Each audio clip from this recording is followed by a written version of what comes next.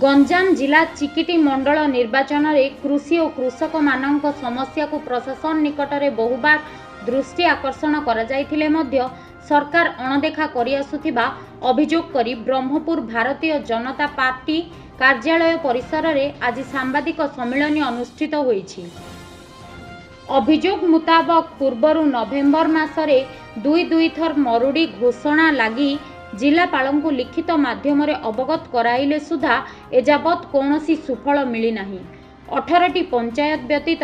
22टी पंचायत रे आंशिक भाव में चाषी माने क्षतिग्रस्त। सीमित थिबा धान मंडी व्यवस्था वर्तमान चाषी मानंकु बोझ उपरे नलिता बिड़ा साजिछि। उपयुक्त मंडी न पाई मिल रो ओ आंध्रा व्यवसायी को स्वल्प मूल्य रे बिक्री पाई बाध्य होइछंती चाषी।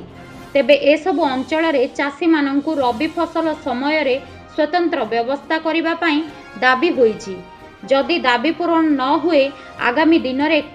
जिला कार्यालय घेराव करिबे बोली सांबादिक सम्मेलन जरिया रे बीजेपी पक्षरु सूचना दिया जाइछि। एथिरे बीजेपी राज्य कार्यकारिणी सदस्य मनोरंजन द्यान सामंतराय,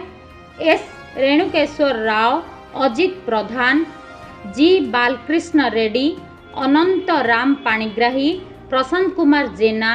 वाई किरण कुमार, लिंगराज पंडा, देवराज महारणा, रंजन प्रधान प्रमुख उपस्थित थिले। माने जो समस्या रही जो जो गोटे पदार मध्य आज पर्यटन गोटे आपणकर गणमाध्यम प्रकाश कर लज्जाजनक कथा ताकर कार्य आसेम्बली सरला एसेम्बली आमर अंचल समस्या नहीं पदोटी से कथबार्ता है अक्टोबर मास 29 तारीख और 28 तारीख ये 2 दिन भितर आम 3 जन तहसीलदार को तहसीलदार और कृषि विभाग आम देके आज जो सांबादिक सम्मेलन कराई तार मुख्य उद्देश्य है चिकिटी निर्वाचन मंडलीर पात्रपुर एवं चिकिटी ब्लॉक बहु पंचायत रे हजार हजार भरण जमी चाष कार्य ए वर्ष न होई धान रुआ हो पारि नाही जहाँ विषय रे आमे माननीय तहसीलदार चिकिटी एवं पात्रपुर को दृष्टि आकर्षण करथिलु सेप्टेम्बर मासरे भारतीय जनता पार्टी चिकिटी निर्वाचन मंडली सेतेबेले आमको प्रतिश्रुति दिया जाइतला जे आमे राजस्व विभाग एवं कृषि विभाग मिलित भावे तदंत करके आमे रिपोर्ट सरकार को देबू बोलिकी कहुला किंतु दुर्भाग्यर कथा सेप्टेम्बर मासरू आज पर्यंत कौन प्रकार तत्परता प्रकाश करना सरकार जहाद्वारा आम बाध्य आज सांबादिक सम्मेलन डाकिकी आपण माध्यम आम सरकार दृष्टि आकर्षण करने चाहूँ जे अति शीघ्र सरकार राज्य जिला स्तर में गोटे कमिटी करके सरजमीन तदंत करा चिकिटी एवं पात्रपुर ब्लॉक रे जो कार्य धान कार्य होना तदंत करी प्रकृत चाषी को चिन्हट करके क्षतिपूरण देवार व्यवस्था करा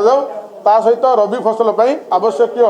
विहन जगाई देले से चाषी किसी तार कार्य करिपरिबो एवं वर्तमान जो अभावी धान बिक्री चली